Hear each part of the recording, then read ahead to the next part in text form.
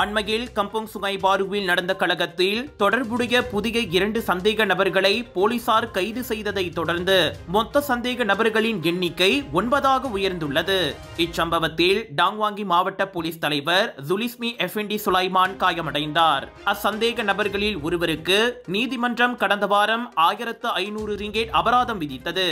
விசாரணை ஆவணங்கள் இன்று பிற்பகல் 3:30 மணிக்கு மீண்டும் சமர்ப்பிக்கப்படுவதாக கோலாலம்பூர் துணை போலீஸ் தலைவர் டத்தோ முகமது யூசுப் ஜான் முஹம்மட் தெரிவித்தார்.